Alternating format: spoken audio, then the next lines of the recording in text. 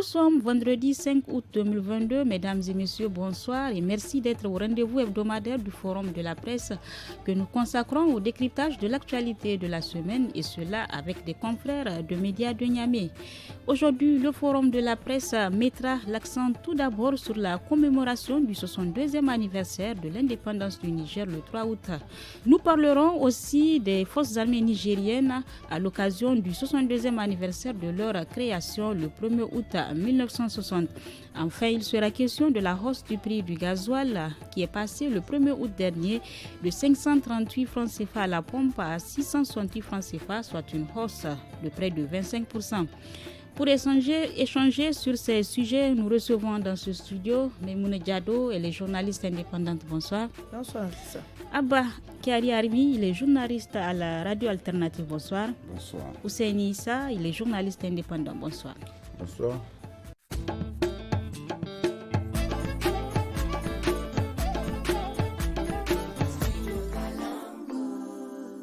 Chers auditeurs, auditrices et téléspectateurs, bonsoir. Je suis Nafis Adam Sirfa, la modération et chers invités, merci d'être venus. Le Niger a célébré ce 3 août le 62e anniversaire de son indépendance. Memouna, je commence par vous. À la date d'aujourd'hui, comment vous analysez, comment vous appréciez l'indépendance du Niger? Justement, par rapport à cette indépendance, depuis 1960, quand on regarde aujourd'hui, ça fait 62 ans que le Niger a eu son indépendance. Un long parcours? Un long parcours, en tout cas, un long parcours où il y a eu des avancées, des difficultés et tout. Et quand je regarde, je me dis que au lieu que le Niger progresse en termes de positivité, je vois plutôt que le Niger, ça ne va pas. Ça ne va pas en d'autres termes, expliquez-moi. Mais quand je dis ça ne va pas, ça veut dire que tout n'est pas aussi rose comme on veut le dire. Il y a des problèmes. Je ne dis pas que ça va mal dans tous les secteurs, mais quand même les secteurs sociaux de base sont en difficulté. Par exemple, dans quel secteur on je voit regarde beaucoup de difficultés? Oui. L'éducation, le secteur éducatif. De 1960 à aujourd'hui, quand même, on ne devrait pas être à ce point. Il devrait avoir une nette amélioration par rapport à l'éducation, par rapport à la santé, par rapport à l'agriculture et tout, par rapport à l'alimentation.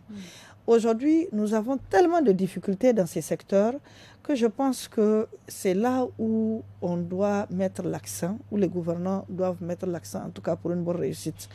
Et pour ce qui est de la célébration, ça n'a pas du tout changé. C'est à peu près la même chose. Chaque année? Chaque année, c'est la plantation des arbres. On revient, on fait quelques manifestations, des décorations, et puis c'est tout. Donc ça veut dire qu'il n'y a rien qui est changé. Ça veut dire qu'on devrait élargir tout ceci peut-être à des forums, organiser des forums, pourquoi pas, pour se demander, surtout dans la région qui est choisie, faire un forum pour demander à toutes ces populations leur vision. Qu'est-ce qu'aujourd'hui on peut améliorer? Qu'est-ce qu'aujourd'hui il y a à améliorer dans les fêtes de 3 août? Mais ça ne se fait pas. Aujourd'hui, ils ont préféré aller au niveau de Tillabéri. Effectivement, mais ça a été la région de Tillabéri, oui, a beaucoup de difficultés aujourd'hui. La question de l'insécurité est là. L'éducation est là. Il y a tout. Donc, c'était une occasion, non pas pour aller planter des arbres, mais quand même une occasion de réunir. Le président de la République était là-bas. Il pouvait réunir ces populations pour entendre leurs cris de cœur quand même. C'était ça, en fait, l'objectif. La question de la plantation de l'arbre, d'aucuns disent aussi que c'est une question capitale. Oui, Nafisa, je ne disconviens pas. Mais aujourd'hui, est-ce qu'une caserne comme la gendarmerie a besoin de plantation d'arbres? C'est ça aussi, il faut se poser la question. C'est ça. Est-ce que ça veut dire que les sites qu'on choisit, il faut savoir les sites qu'on doit choisir pour cette plantation d'arbres? Pour revenir un peu sur la question même de l'indépendance, vous parliez plus haut de difficultés, d'avancées. Quelles sont, si on peut le dire, les avancées ou bien les acquis de cette indépendance à la date d'aujourd'hui, selon vous? À la date d'aujourd'hui, en termes d'avancées, on peut s'estimer en tout cas heureuse que après plusieurs mouvements, plusieurs grèves qui ont conduit à l'instauration de la démocratie. C'est vrai, on ne peut pas dire que la démocratie, elle fonctionne à 100%, mais quand même, on doit s'estimer heureuse que, de par les autres pays voisins que nous avons, quand même, on n'a pas eu assez, en tout cas, de coups d'État et autres.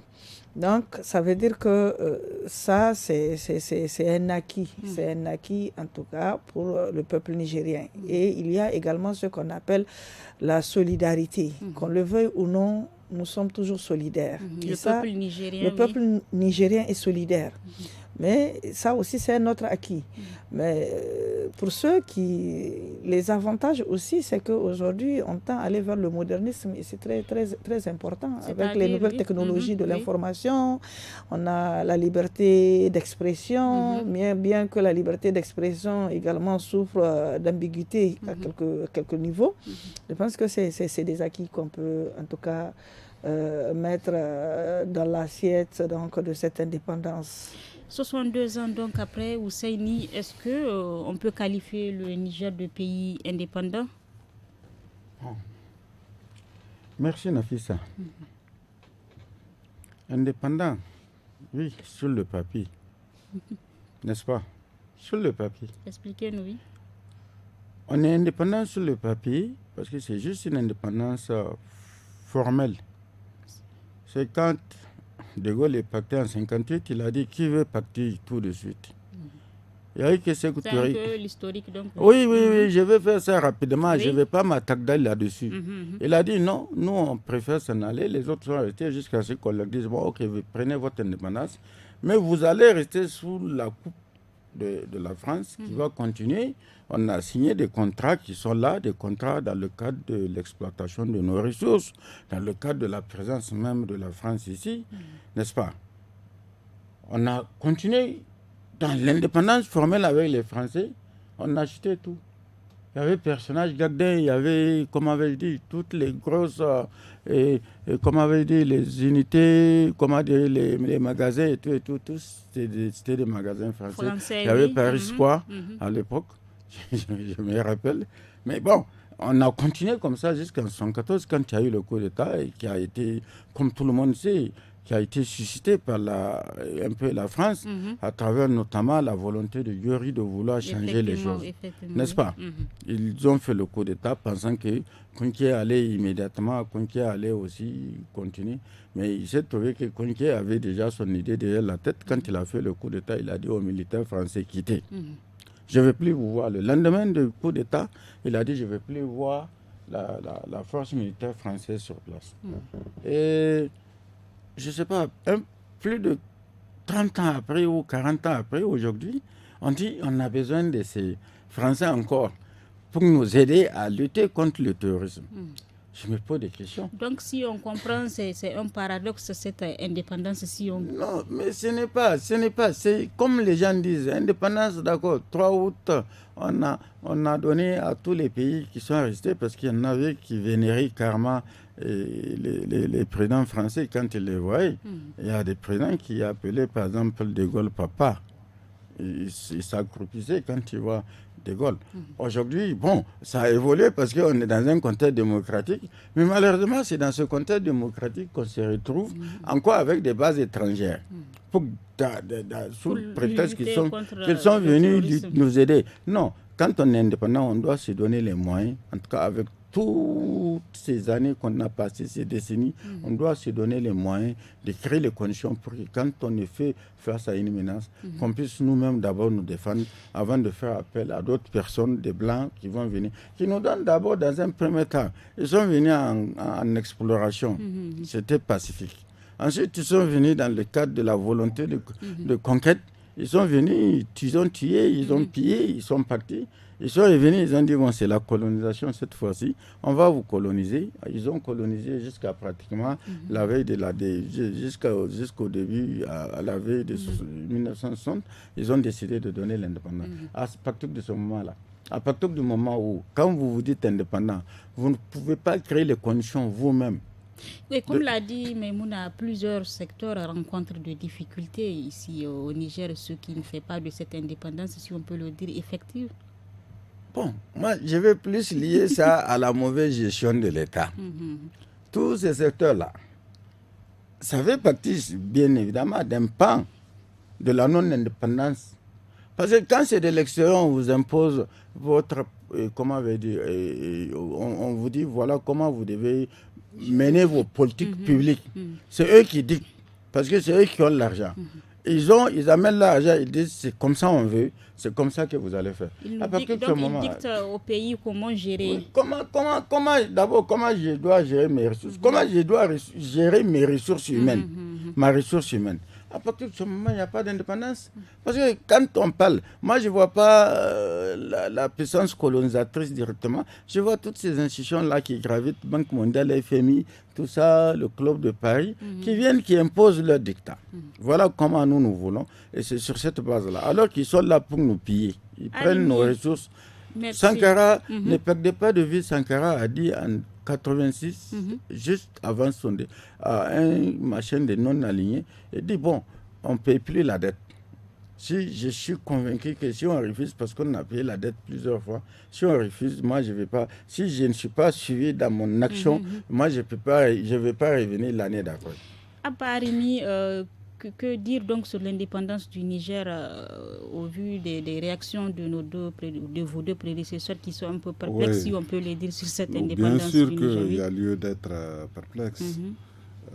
Il y a plusieurs années de cela, les analystes convenaient au moins d'une chose, c'est que notre indépendance théorique, on l'avait, mais c'est peut-être une indépendance entre guillemets politique qu'on avait, mais au plan économique, on n'était pas déjà indépendant, parce que tout était régenté, tout était dicté de l'extérieur. Et plus maintenant encore, les pères de l'indépendance ou des indépendances, n'est-ce pas, de 60 jusqu'au premier coup d'État, parce que le cheminement est le même partout dans les pays de la sous-région, ont essayé de poser des actes. Bien sûr que dans notre pays, vous savez que c'est ceux qui avaient le soutien de la France qui ont gagné les élections au lendemain des indépendances. Et c'est eux qui ont géré jusqu'en 1974.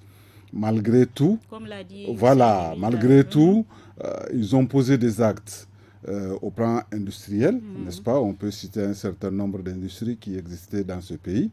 Aujourd'hui, le tissu est délabré à telle enseigne qu'on peut dire qu'on n'a aucune industrie presque sur la place. Parce que là aussi, nos colons, n'est-ce pas, ont continué à nous dicter parce qu'il faut privatiser, parce qu'il faut arrêter telle production, parce qu'il y en a des produits de l'extérieur qui viennent, ainsi de suite. Ce qui fait que sur le plan d'abord de l'emploi, les Nigériens ont pris un coup. Sur le plan de l'autonomie dans la production, de la consommation.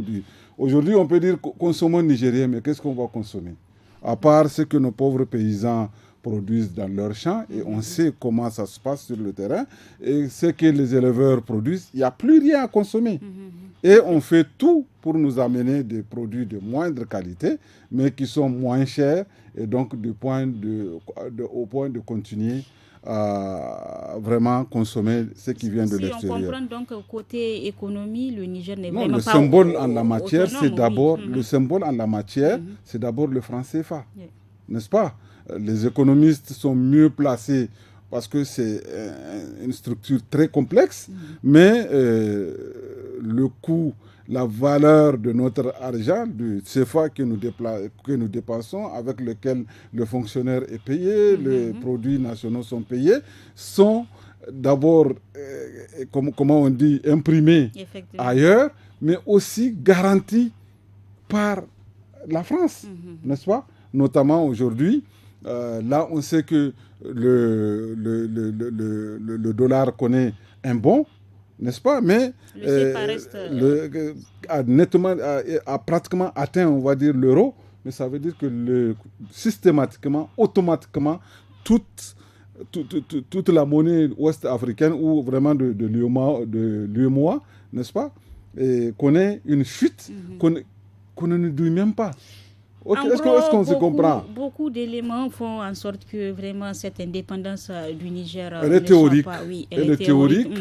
D'autant plus que aussi nous avons en Afrique en général beaucoup de têtes de pont de la pénétration vraiment de l'impérialiste, du colonialiste vraiment et qui sont restés aujourd'hui leurs agents et qui croient plus au soutien de la France ou des autres pays colonisateurs qu'au soutien de leur population. Il faut leur plaire à tout prix. Donc, en fait, même politiquement, en réalité, nous ne sommes pas indépendants. Oui, les fonctionnaires de l'époque qui était un blanc qui vient de l'Europe et tout est remplacé aujourd'hui par le fonctionnaire nigérien. Le politicien, il est remplacé par un fonctionnaire nigérien. C'est pas au-delà. Une indépendance théorique selon nos intervenants et beaucoup doit être fait pour que le Niger soit autonome sur tous les plans. Rappelons que la fête de l'arbre était également célébrée parallèlement le jour même de la commémoration de l'indépendance du Niger le 3 août. À l'occasion de celle-ci, il est procédé à la plantation d'arbres dans tout le Niger. Et dans son message à la nation le 3 août dernier, le président de la République, Mohamed Bazoum, a indiqué qu'un comité d'experts sera mis en place pour tirer profit du projet de la Grande Muraille Verte. Je vous propose d'écouter le président de la République, Mohamed Bazoum.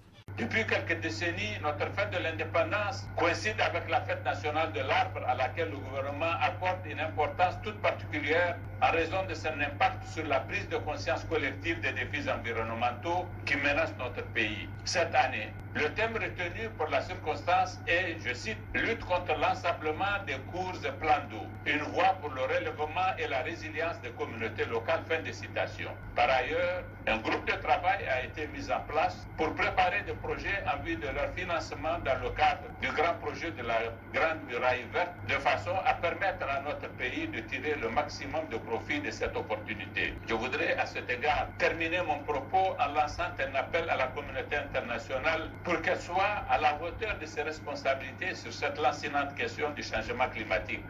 C'était là donc le président de la République, Mohamed Bazoum, dans son discours à la nation prononcé le 3 août dernier à l'occasion donc de cette fête de l'indépendance.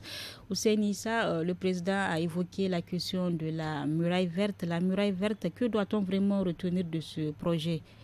C'est un projet. C'est ça qu'on doit retenir, c'est un projet. Oui. On en parle depuis des années. On en parle, mais on ne va pas avancer. N'est-ce pas? Moi, je dis, c'est ça aussi nos faiblesses. On vient, parce que tout simplement, c'est dans l'air du temps, on avance des choses qui sont importantes pour l'Afrique. Hein. Moi, j'ai l'habitude d'acheter, comment dirais-je, comment ça s'appelle, les trucs des Nations Unies pour les changements climatiques. J'ai été dans au moins 2 ou 3 machins, COP, oui. Alors, moi, quand je vois un peu les autres pays, quand ils viennent, tu sens qu'ils viennent avec des dossiers consistants et tout. Sur les questions environnementales. Mais quand on voit un peu, nous allons un peu en tourisme, on tourne en rond, pendant que les autres ils défendent, parce que le crédit carbone et tout ce qu'on en parle. Et c'est cette question de muraille verte. C'est bien beau d'en parler, c'est bien beau. Moi, honnêtement, ce qui me choque dans ce pays, c'est que j'ai l'impression que les choses sont ponctuelles. Mais d'ailleurs, quelle est l'importance de ce projet pour notre pays, le Niger? C'est important parce que ça va contribuer à lutter contre la désertification, ça va contribuer à créer les conditions pour que nous recevions beaucoup plus de pluie. Parce qu'avec la sécheresse, on a démontré les changements climatiques. C'est ce qui fait que nous sommes dans une situation souvent où les saisons sont déréglées. On vit cela actuellement. On vit au quotidien. On vit cela d'une année à l'autre, on voit ce qui se passe. Où il n'y a pas de pluie, où les pluies viennent, ils s'arrêtent, ils viennent en même temps, ils s'arrêtent, où les pluies viennent, ça ne s'est pas étalé dans l'espace et le temps, n'est-ce pas? D'une année à l'autre, il y a des années, des décennies, ce n'était pas comme ça. Quand on dit c'est la saison de pluie, c'est la saison de pluie. À partir de juin, là, les pluies commencent et les pluies vont aller jusqu'en pratiquement en fin août, septembre, mi-septembre, souvent jusqu'en octobre, il pleut. Mais aujourd'hui, on voit un peu comment les saisons se comportent. Surtout la saison de pluie, surtout, parce que c'est ça qui permet aux paysans de tirer. C'est bien de faire la muraille verte, c'est bien de pouvoir lancer les choses, mais ça ne doit pas se résumer au discours. Mais malheureusement, le sentiment dominant vous pouvez interroger les Nigériens. On résume tout au discours. C'est bien beau le discours, mais concrétiser. Donc, ça devient compliqué parce que tout simplement, il y a de l'argent, on met des institutions en place, des structures en place. C'est des structures budgétivores, des gens qui vont venir s'asseoir à longueur de journée. On dit que c'est planter des arbres. Mais alors, c'est pas président, un comité sera mis en place pour... Oui, le comité pour que les gens mangent l'argent. Arimi, selon vous, quels sont vraiment les principaux obstacles à ce projet ici au Niger? Écoutez, c'est comme Ousseini l'a dit, c'est la volonté, c'est le suivi. C'est-à-dire, souvent nous avons des idées très brillantes, n'est-ce pas? Moi, je trouve que le CMS a eu une très bonne... Ce n'est pas qu'une initiative du Niger uniquement. Oui, mais de faire la date du 3 août, la fête de l'arbre, faire coïncider, c'était vraiment une idée du Niger, c'était le CMS, depuis 1976 qu'ils ont initié ça. Et je trouve que c'est une très bonne trouvaille. Mais malheureusement, on n'est pas allé au-delà.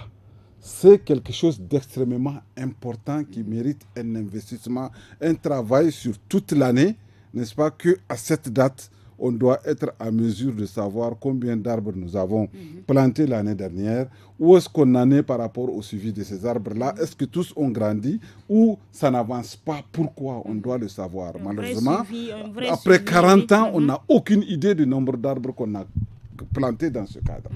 Donc sinon, je trouve que c'est une des meilleures trouvailles de la célébration de nos différentes fêtes. Un vrai suivi. Maintenant, pour ce qui est de la muraille verte, c'est la muraille qui doit aller du Sénégal jusqu'au Djibouti, en passant par le Niger, traverser tous les pays du Sahel. C'est sur à peu près 8000 km, n'est-ce pas? Et c'est une initiative, c'est un projet vraiment de l'Union africaine. Beaucoup de bailleurs se sont mobilisés pour vouloir, y compris la France, d'ailleurs je me rappelle, avec Macron l'année dernière, ils se sont décidés à accompagner parce qu'ils trouvent que c'est une très belle initiative. Justement, oui. Mais vous le savez, l'argent, là le président parle d'une opportunité pour le Niger parce que normalement c'est devenu un tout. C'est-à-dire, c'est de lutter contre la désertification en prenant en compte les problèmes de l'emploi, de tout ça. Malheureusement, rien n'a été fait. Ça date de 2007. Nous sommes jusqu'en 2020. Normalement, c'est jusqu'en 2024. Mais pour toute l'Afrique d'abord, ou pour tous les pays concernés, nous sommes seulement à 4-5% de réalisation. 18% si on prend la bande la plus large. Beaucoup reste à faire, c'est-à-dire c'est un projet qui n'a presque pas bougé. Des pays comme le Sénégal, comme le Nigeria ont essayé des choses, mais chez nous, on peut dire qu'on est au plan zéro. Vraiment, donc, ça, je crois... les prises de décision, malheureusement qui freinent, qui bloquent. Au lieu de parler de ça en termes d'opportunités, ça, c'est des questions vraiment qui doivent être d'autonomie, de souveraineté nationale. On sait que c'est incontournable si nous ne voulons pas aggraver les problèmes auxquels nous faisons face actuellement. Malheureusement, les Nigériens ne savent même pas. Le commun des Nigériens ne sait même pas jusque-là de quoi il s'agit. De quoi la muraille verte. Alors vous, Memouna, est-ce que vous êtes optimiste quant à la concrétisation de ce projet qui vraiment qui fera face aux défis environnementaux du Niger? Si ce projet qui a été lancé depuis 2007 et qui va être concrétisé en 2024 et que le Niger n'est qu'à 4%, alors même pas, c'est l'ensemble du pays qui soit à 4%, ça veut dire qu'au Niger, c'est le statu quo total, donc ça veut dire que moi j'ai un doute. J'ai un doute pour que le Niger soit au rendez-vous en 2024, Nafisa. Parce que, en fait, il n'y a même pas de communication autour beaucoup ignorent, comme le dit de la muraille Arimi, verte. De quoi il s'agit même cette muraille verte. Il y a verte. d'autres qui n'ont su cette expression que avant-hier, lors du message à la nation du président. Donc, ça veut dire que les choses ne bougent pas. Si depuis 2007, il a fallu peut-être, ou bien jusqu'à présent, le comité n'a pas été mis en place, ça veut dire quand est-ce que le comité va prendre place et réfléchir et aller vers des actions concrètes. Moi, je me dis que ça sera impossible. Il ne faut pas qu'on soit dans cette situation des rails. Nous avons vu Les gens ont espéré le train sifflé à Niamey. Au Niger, malheureusement, ça n'a pas été. Dans ce cas, on ne voudra pas être également dans cette situation où la muraille verte va traverser d'autres pays. Oui, rapidement pour clôturer ce sujet. Je suis en train de dire, pour clôturer ce sujet, je prends l'exemple de Sankara. Quand il est venu, il a eu l'initiative Un village en bois. Oui. Un village en bois. Et ça s'est réalisé, un village en bois. C'est ça qui a révélé. Oui, mais non, un bois. Ça dit, il faut un bois. Voilà, oui. Alors, ça a marché, non? Sans qu'on donne l'argent. Les gens se sont engagés délibérément, volontairement pour aller faire. Ici, aujourd'hui, quand on lance les choses là, c'est toujours des structures qu'on met en place budgétivement inutilement. Vivement des gens vont venir. Vivement la concrétisation de ce projet. Nous passons donc au deuxième sujet du forum de la presse. Les forces armées nigériennes ont célébré le 1er août leur 62e anniversaire à Maradi, dans la zone de défense numéro 6. On a aussi célébré cet anniversaire. Parti de 800 hommes pour protéger le Niger. Le commandant de la zone numéro 6, le colonel-major Ibrahim Garba, indique qu'aujourd'hui, l'armée du Niger est à plus de 30 000 hommes.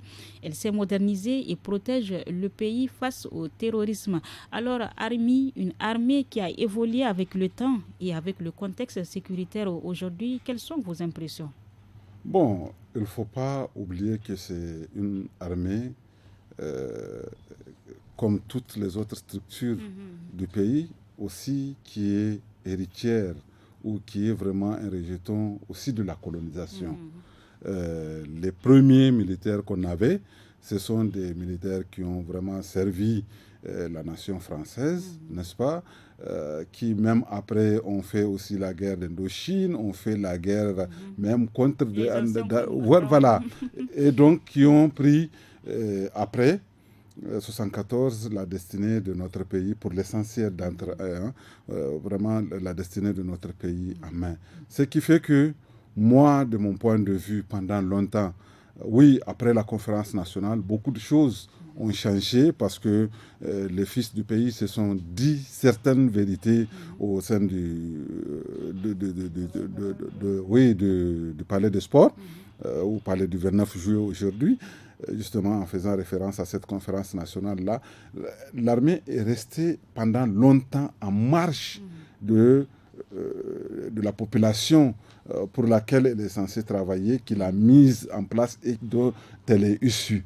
Ce qui fait qu'il y a beaucoup de choses qui ont contribué à ce qu'il n'y ait pas cette confiance. Et d'ailleurs, dans les zones de conflit, on sent aussi qu'il n'y a pas encore cette confiance-là. Et la dernière trouvaille du gouvernement en ce moment, c'était de mettre pour DIFA, par exemple, des fils dits du terroir, justement pour lutter contre le terrorisme. Donc, moi, je pense qu'il y a sur ce plan-là, parce que ce sont nos frères, c'est nos parents, c'est nos enfants, tout ça, mais dès qu'on intègre ce corps, j'ai l'impression qu'on est un peu en marge de la population. Or, il y a un rôle, oui, bien défini, n'est-ce pas? Il y a un cadre qui est tracé et on doit tout à cette population et on doit être très proche de cette population-là. Sinon, aucune entreprise dans ce cadre ne peut marcher. Une collaboration nette, une entente nette. La population doit pouvoir se retrouver à travers son armée. Alors vous, Maïmouna, au vu vraiment du contexte sécuritaire du pays, comment vous analysez les interventions des forces armées nigériennes sur le terrain? Nafis, je peux dire qu'en fait, on sait déjà qu'en Afrique, on a une armée, en tout cas l'armée nigérienne est classée parmi les meilleures armées en Afrique. Donc c'est déjà une prouesse pour notre armée nigérienne. Et sur le terrain, au vu de l'insécurité, cette armée est en train de se battre comme il le faut. Mais je l'ai toujours dit, c'est que cette armée n'a pas les moyens nécessaires pour faire face à cette insécurité. Mais quand même... l'État ne met pas à leur disposition tout le nécessaire? Oui, bon, ce que l'État... En fait, quand je dis les moyens nécessaires, il y a également les moyens financiers. Il y a mettre dans les conditions ces militaires. Il ne s'agit pas seulement de leur donner les armements, non. Il y a la situation économique, il y a la situation financière qui rattrape ces gens, il y a également aujourd'hui, il faut essayer de voir qu'on a une armée qui est très jeune. Parce que c'est les jeunes qui sont en train aujourd'hui d'intégrer cette armée. Donc, ça veut dire que plus les vieux se retirent, plus c'est les jeunes qui prennent et qui sont là, et ces jeunes ont besoin de formation. Donc, ça veut dire que c'est vraiment ça. Mais je me dis que c'est vraiment une armée qui est là, une armée qui résiste, une armée qui est forte, une armée qui démontre que vraiment ils ont l'envie de se battre pour sauvegarder ce qu'il y a à sauvegarder, le territoire nigérien face à l'ennemi. Mais il faut les appuyer davantage. Voilà comment les appuyer, à part cet appui financier? Ce que je viens de dire, il faut des formations. Parce que les jeunes qui viennent aujourd'hui, on a comme l'impression qu'il manque de formation. Donc il faut les formations. Et les formations doivent non pas venir uniquement de l'extérieur, mais les formations doivent venir également de notre propre armée. Ça veut dire qu'aujourd'hui, nous connaissons le contexte actuel du Niger. Le terrain, ce sont ceux qui connaissent le terrain qui doivent les former. De 800 hommes, donc l'armée nigérienne s'est multipliée à plus de 30 000 hommes. Selon vous, au CENI, quels sont les vrais défis qui s'opposent donc à notre armée aujourd'hui? D'abord, même le fait d'exposer des chiffres par rapport à une armée là, c'est ces dernières années qu'on entend ça. C'est des informations qui ne doivent pas être... Des informations qui devraient être gardées... Des informations qui doivent être des informations gardées secrètes. Mais maintenant, on se vante. Nous sommes venus quand nous avons trouvé. Quand vous avez trouvé quand même une armée qui était en mesure de surveiller, de contrôler, de pouvoir empêcher à quelques ennemis que ce soit, de pouvoir pénétrer, pouvoir poser des actes et s'en aller. Aujourd'hui, on a affaire à des frontières poreuses où des gens viennent, ils tuent même l'armée, les militaires. Malheureusement, n'est-ce pas? Bon alors, est-ce qu'on a besoin de s'enorgueillir? Mais le problème qui s'est posé avec l'armée, c'est sa politisation. Une armée devait être apolitique. C'est-à-dire que le mérite, c'est le mérite, le grade, c'est le mérite. Ce n'est pas des promotions comme ça parce qu'il faut faire la promotion. On fait la promotion parce que la personne mérite d'arriver à ce grade-là. Mérite, oui. Alors, on crée une situation comme ça, où on se met à faire la traque au sein de l'armée. On essaie de... Alors, on crée quoi? On crée une situation malheureusement, qui fait qu'il y a une espèce de démobilisation quelque part. C'est pour ça que j'ai dit, mais venez comparer. On n'a pas à comparer des choses incomparables. Les 800 hommes, le Niger, la population du Niger était en tout et pour toi combien à cette époque? Aujourd'hui, nous sommes à combien de population? Mais c'est pour ça souvent, j'ai dit, il y a des comparaisons insensées qu'il ne faut pas faire. Il ne faut pas faire parce que les contextes ne sont pas les mêmes. On fait les comparaisons des choses qui sont... Et les années à venir, même, ils espèrent la multiplication encore de ces... Oui, mais d'accord, c'est bien beau de multiplier. Voilà. Mais à l'époque, Nafisa, est-ce que les civils s'ingéraient dans l'achat d'armements militaires? Est-ce que les civils s'ingéraient dans l'achat? Aujourd'hui, c'est devenu un commerce des civils. Mais alors, ils achètent n'importe quoi, ils amènent. Donc, ils font n'importe quoi. La progression donc, de cette armée est à saluer, mais beaucoup doit être fait. Oui, beaucoup doit être fait pour que... La progression de l'armée, c'est une question de grade, c'est une question de courage, d'abnégation. Voilà. Mais c'est pas Alors, beaucoup doit être fait pour accompagner l'armée nigérienne pour qu'elle puisse être compétente sur le terrain. Nous allons marquer une petite pause avant de poursuivre.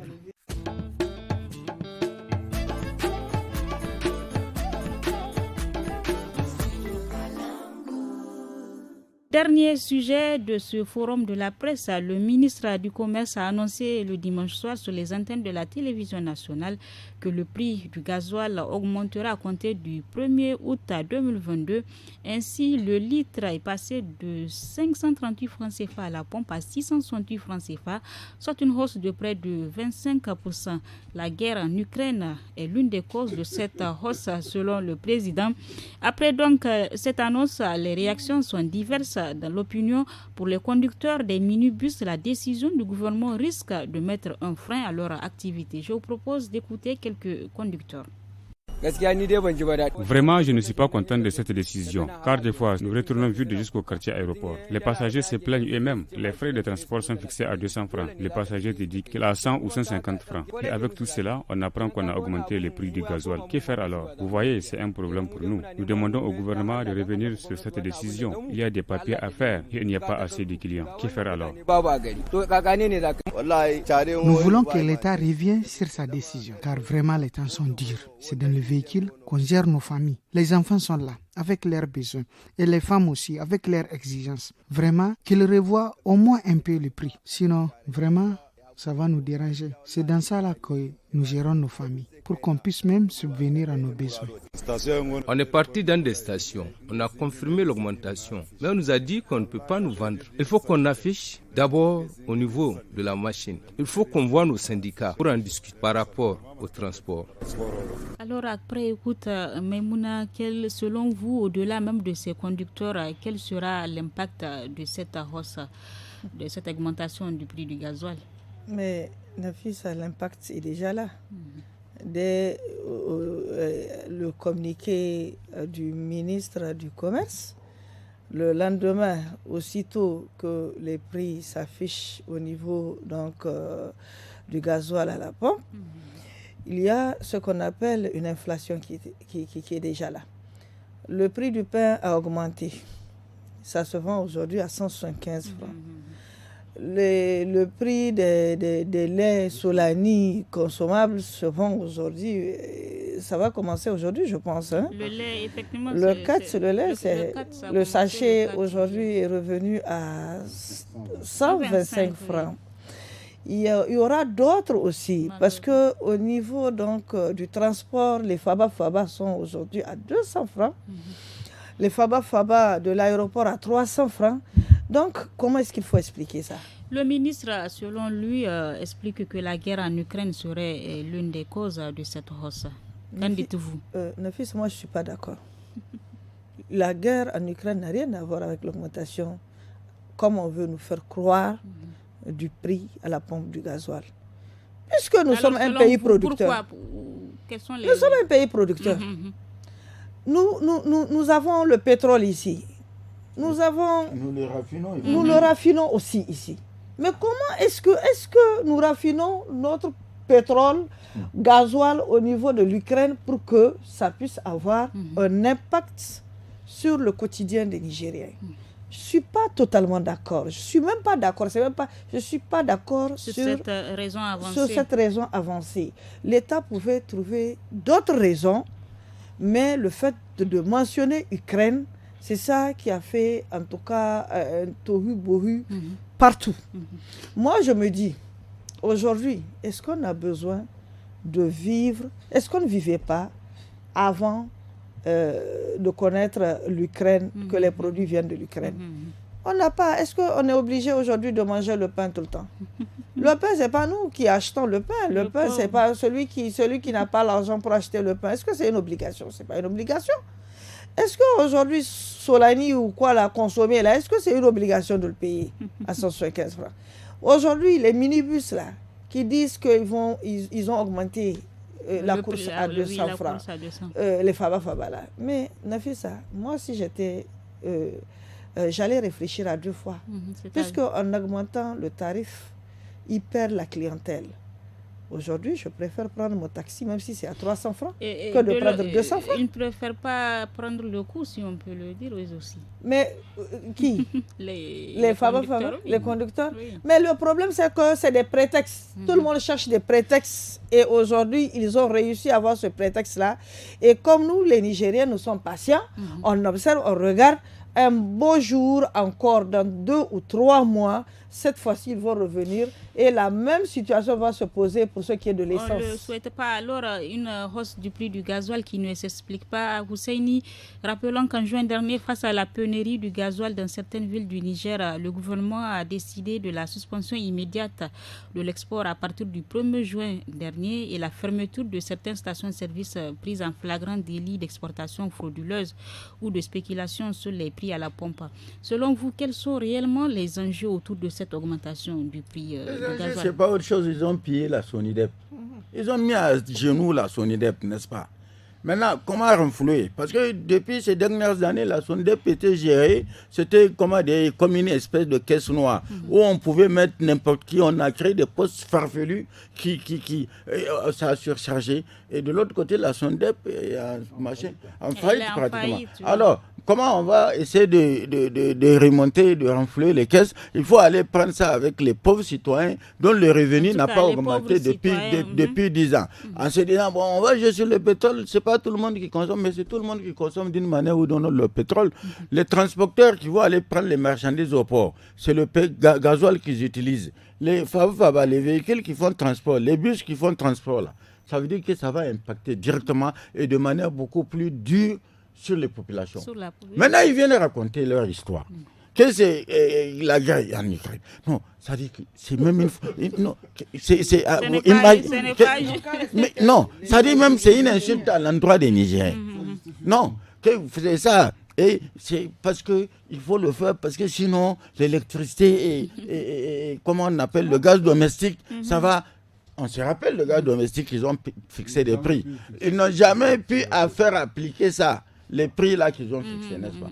Donc, qui cessent de raconter des balivernes. Les gens tous, on se connaît dans ce pays, on sait comment les choses fonctionnent. Ils sont incapables de pouvoir réguler les choses. Mais de venir mentir pour dire, ah non, non, non, les gens doivent accepter. Comme ça, d'emblée, 130 francs. 130 francs. C'est énorme pour le pauvre citoyen. Juste après donc cette décision du gouvernement, les autorités, le gouvernement et certains opérateurs économiques et associations de défense ont eu une rencontre. Et visiblement, ces opérateurs ont accepté, ou bien si on peut le dire, cette hausse parce qu'ils ont demandé à ce qu'il y ait un dialogue entre eux pour que la hausse du gasoil, du prix, ne se répercute pas sur le prix du transport ainsi qu'elle n'ait pas une incidence sur les produits de première nécessité. Qu'en dites-vous? Avant de passer la parole, je vais dire, le cadre de concertation là, moi je faisais partie. Par rapport à, depuis sous Tanja, quand on avait mis, ça avait flambé, il fallait trouver des mesures d'accompagnement et tout et tout. Ça a fonctionné pendant un certain temps, mais depuis qu'on a commencé à produire le carburant nous-mêmes, le cadre là a disparu. C'est pas après coup que vous allez appeler les gens pour leur dire. Et puis ils sont tombés dans le panneau. Voilà, Arimi. Non, mais moi je pense que ce qu'il faut comprendre, le Niger c'est un pays enclavé. Le port le plus proche est à plus de 1000 km. C'est ce gasoil que le transport utilise pour pouvoir nous acheminer tous les produits qui viennent de l'extérieur.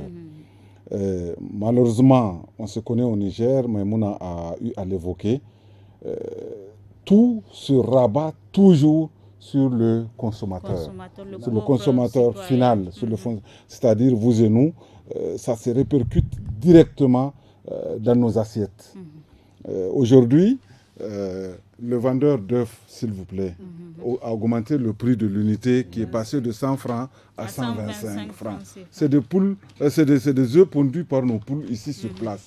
Mais on accuse toujours la guerre en Ukraine.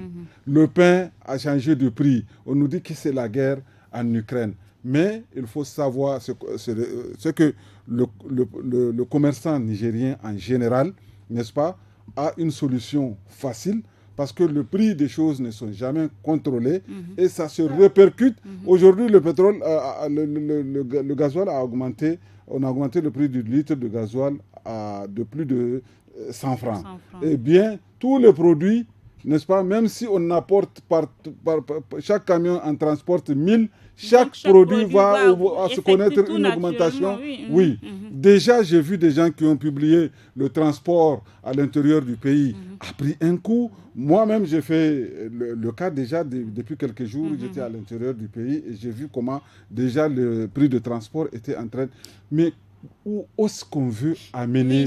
Vous savez, dans un pays comme le Nigeria, le carburant coûte relativement moins cher. On ne peut pas se comparer à ce pays sur le plan de la production, mais on doit en tenir compte. Ça coûte moins cher parce que c'est la meilleure façon de répercuter sur la population le bienfait d'une exploitation qui se fait sur place. Et rapidement, quelle sera vraiment la suite de cette crise selon vous?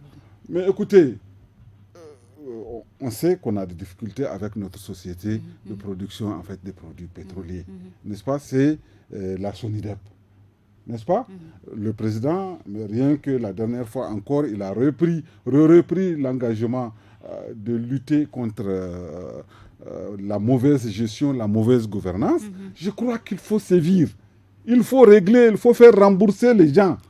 N'est-ce pas? L'école ne marche pas parce que les gens volent. Merci. Rien ne marche parce que les... Et c'est ici donc que prend fin le forum de la presse de ce jour. Merci à vous de nous avoir suivis. Nous étions en compagnie de Maimouna Diado, journaliste indépendante, Ousseini Issa, journaliste indépendant, et Abba Tchari Arimi, journaliste à la radio alternative. Merci d'être venu.